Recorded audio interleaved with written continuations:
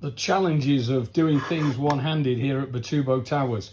Anyway, right, so these Suzuki GSX8R forks, bound for BSB, I've removed the original cartridges and I've unscrewed the foot from the chrome so that I might insert a captive top hat. There's a lip just here. That traps between the chrome and the foot, locking itself in place, and that gives me a solid anchor that I might screw the base of the cartridge onto, which allows me to remove the cartridges at any time and then reinsert by just locking down. Okay, so we're going to pick up where I install the cartridges. I think pretty much everyone has their own version of a ground anchor, ground vise, to hold a fork at waist height so you can insert cartridges. I'll take the moment here just to explain, in its OEM format, the chrome tube is level here. It's an OEM feature. For the BSB format, we remove 30, maybe 35mm, depending on how close you want to go to the bush. And this allows full travel. So that goes in all the way. The chrome doesn't impact on the top cap, which limits, obviously, fork travel. Okay. It also allows us to put more weight on the front end of the bike, which is extremely important for the correct chassis setup on these Suzukis. And as the results in BSB are proving right now, these adjustments really count. The cartridges themselves, just returning to the bench, are identical to the EBH pressurized system. The only difference, if I turn, this is a compression, is you have this is an inlet, okay? So it's open cartridge, fluid displacement cartridge, in which the oil in the fork itself features as the damping oil. Goes in, okay? On rebound, the hole's down here, okay? It's a straightforward system. Antiquated possibly, but this is Bitubo's latest version, and it mirrors the pressurized system, so everyone's familiar with it. Okay, right, we're going to install these now in the fork leg. Just continuing, straightforward fitting tube, which locates at the bottom of the cartridge to lock it onto the anchor point I previously highlighted, and a torque wrench.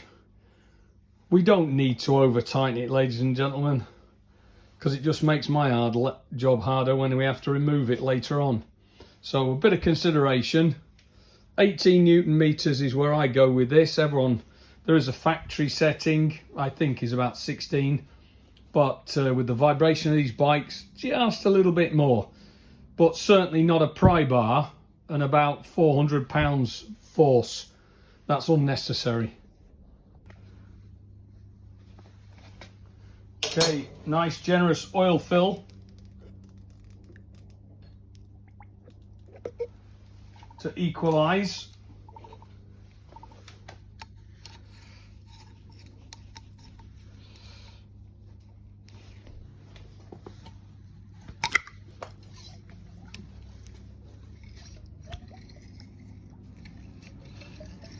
And then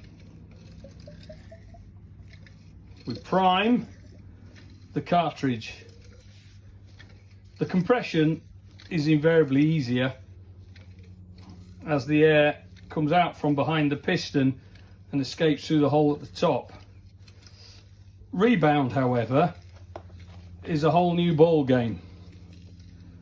Once we've got resistance and the cartridge is fully bled, we set the air height probe down here,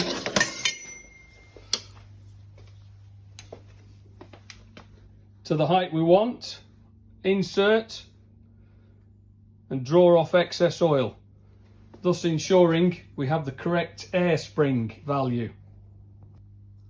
One really cool feature before I install the spring and close the fork up is that Bitubo acid etch both the part number and the spring rate on the side of the coil, enabling you to check what spring you've got in the fork without having to remove the top cap. Many companies print on the top there, but to see that you have to take the fork top apart.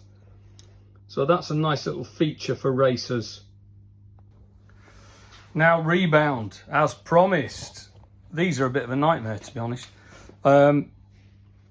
So simply pumping with the damper rod puller isn't adequate.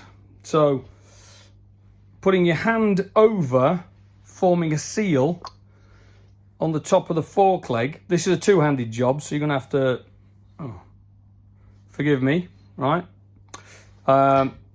This is a two-handed job. You create a seal, raise and lower,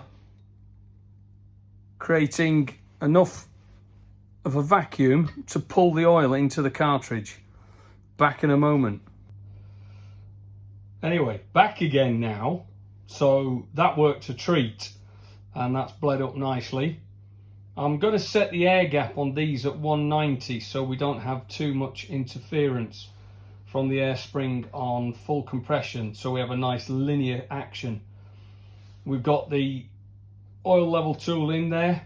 I'm going to evacuate excess oil, leaving the air spring value at 190 on these, and then I'm going to seal them up, sticker up the fork legs, make them look pretty, and they're ready for collection.